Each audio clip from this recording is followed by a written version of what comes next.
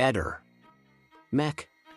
Pallister. Sulla scorta delle segnalazioni effettuate da Sonia e Tamila, persone informate sui fatti, è stato verificato se tra la cerchia di amici conoscenti di Liliana Resinovic vi fosse qualcuno con le caratteristiche fisico-somatiche indicate dalle due.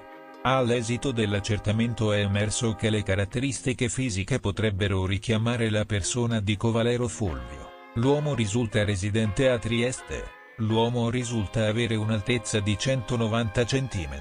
Una sua immagine reperita su fonti libere e di recente pubblicazione lo mostra di corporatura robusta, capelli corti di colore bianco con barba bianca, più scura in prossimità dei baffi e del mento.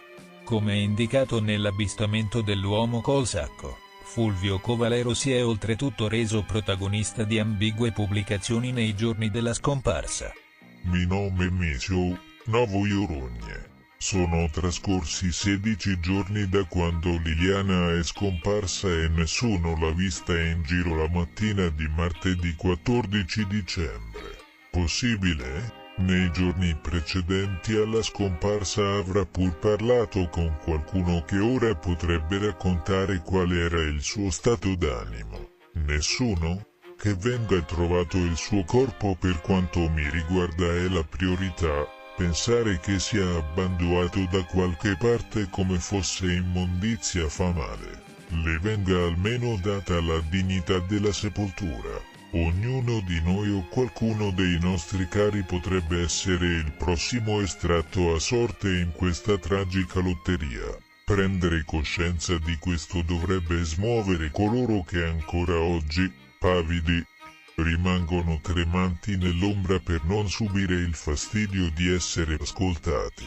Caro conosciuto, hai passato un bel capodanno? Magari avrai aspettato la mezzanotte e pure brindato.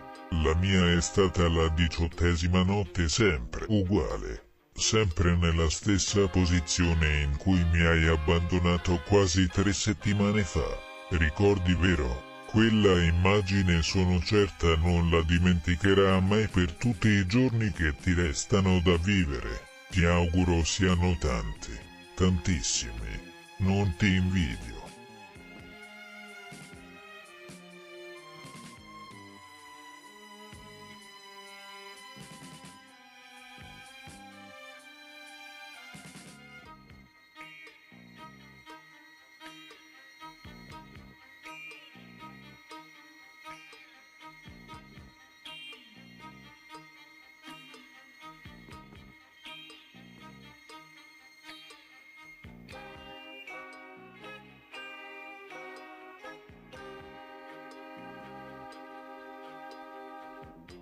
Ehi, non dimenticare di iscriverti a questo canale.